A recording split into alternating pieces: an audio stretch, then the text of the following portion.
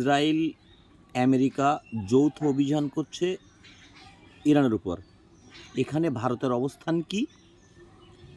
আমাদের দেশের প্রধানমন্ত্রী চুপ কেন? এটাই আমাদের প্রশ্ন। একটা জিনিস চিন্তা করুন তো, কেউ একজন চাইছে পাশে কেউ লড়ছে, আমরা সেখানে লড়ব না, আমরা একটু শান্তিতে থাকব, সেটাও দোষের? এই যারা বলছে যে নরেন্দ্র মোদী চুপ কেন, ইরানের পাশে দাঁড়ায়নি কেন, আরে এই লড়াইটা দুদিন পরে যখনই অন্য দেশের সাথে বাঁধাবে তখন তো তোরাই প্রশ্ন করবি, তখন তো তোরাই বলবি কেন যুদ্ধে জড়াতে গেল। যুদ্ধ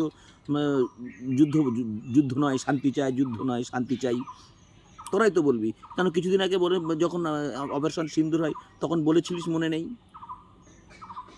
কেন জঙ্গি হলে জঙ্গি বলে কি তারা মানুষ না?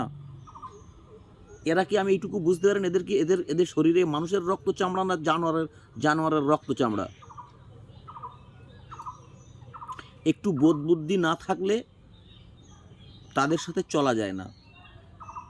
আমাদের দেশের জাতীয় স্বার্থে, এটা কোনো রাজনৈতিক রং লাগাবেন না, আমাদের দেশের জাতীয় স্বার্থে যেটাই প্রয়োজন, আমাদের দেশের সমস্ত রাজনৈতিক দল যে এসেছে সেটা তারাই করেছে, আর বিরোধীরা পাশে পাশে কাঠিই করেছে। ইসরায়েল আমেরিকা যৌথ অভিযান করছে ইরানের উপরে। ইরানের সেই ক্ষমতা নেই যে আমেরিকায় যে একটা ড্রোন ছুড়ে আছে, একটা মিসাইল ছুড়ে, সে ক্ষমতা নেই। সে কী করছে? সে বিভিন্ন দেশের যে আমেরিকার যে বেসগুলো আছে সেখানে সে মিসাইল ছুটছে। হয়তো বিশেষ কিছু করতে পারছে না, কিন্তু তবুও তার সাহসটা তো আছে না, যে আমেরিকার বিরুদ্ধে লড়ছে। আজ পর্যন্ত মানে কেউ পারেনি, আজ পর্যন্ত যার কারো সাহস হয়নি। এমনকি রাশিয়া কোল্ড ওয়ার ছাড়া তেমন কোনো নেই, তেমন কোনো রেকর্ড নেই যে আমেরিকার বিরুদ্ধে কেউ লড়েছে। নখানা দেশে যেমন হরমুজ প্রণালী বন্ধ করে দিয়েছে, তাহলে কী হবে? ও ইরানের কিন্তু স্ট্র্যাটেজিক্যালি প্রচুর ক্ষমতা আছে। এই যে হরমুজ প্রণালী যদি বন্ধ করে দেয়, তেলের দাম কোথায় যাবে? যারা চিল্লাচ্ছিল একটা সময় রাশিয়া থেকে তেল নিচ্ছে কেন, এবার তারাই বুঝুক, হরমুজ প্রণালী যদি তেল বন্ধ করে দেয়, যদি মধ্য এশিয়া থেকে তেল আসা বন্ধ হয়ে যায়, তখন সেই তেল কিন্তু রাশিয়া থেকেই আসবে। তাহলে সারা পৃথিবীর তেলের দামের থেকেও ভারতের তেলের দাম কতটা ডিফারেন্স হবে, যারা বুদ্ধি আছে তারা একটু দেখে নেবেন।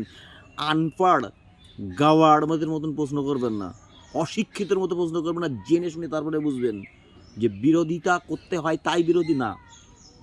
কোনো রাজনৈতিক রং লাগাবেন না, এটা কিন্তু আমাদের দেশ, এটা জাতীয় নিরাপত্তার কথা। কোন দেশের সাথে যুদ্ধ লড়বে না সে কিন্তু নরেন্দ্র মোদী ঠিক করেন না। ঠিক করার জন্য অনেক লোক আছে। নরেন্দ্র মোদী জাস্ট একটা স্ট্যান্ড, আমাদের নেতা এরকম, কিন্তু সেটা বড় কথা না। শুধু আজকে নরেন্দ্র মোদী বলে নয়, যখন জওহরলাল নেহরু, ইন্দিরা গান্ধী ছিলেন, প্রত্যেকেরই আমাদের জাতীয় স্বার্থে তারা যে সিদ্ধান্ত নিয়েছেন সেটাই সঠিক। দেশে থেকে দেশের বিরোধিতা করতে যাবেন না। আমাদের দেশকে যারা পরিচালনা করছে তারা এখনো পর্যন্ত সঠিক পথেই নিয়ে যাচ্ছে। তাহলে একটুখানি ভাবুন তো, সবাই যুদ্ধে জড়িয়ে আছে, আমরা এখনো শান্তিতে ঘুমাচ্ছি।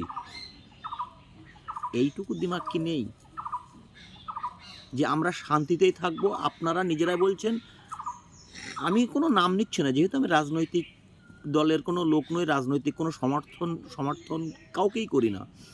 যে জাতীয় স্বার্থে কাজ করবে আমি তার স্বার্থে, আমি জাতীয়তাবাদী স্বার্থে আছি। তো সেটাই বলছি, দেশ যেটা করছে সেটাই করুক। আমি চাই না আমাদের দেশ, অন্ততপক্ষে আমাদের দেশ কোনো যুদ্ধে জড়াক।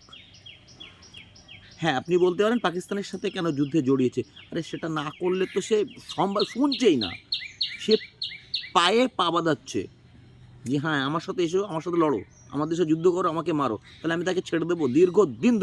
দীর্ঘদিন ধরে যতদিন ধরে ভারত স্বাধীন হয়েছে ততদিন থেকেই শুরু করে দিয়েছে কাশ্মীর এই পাকিস্তান।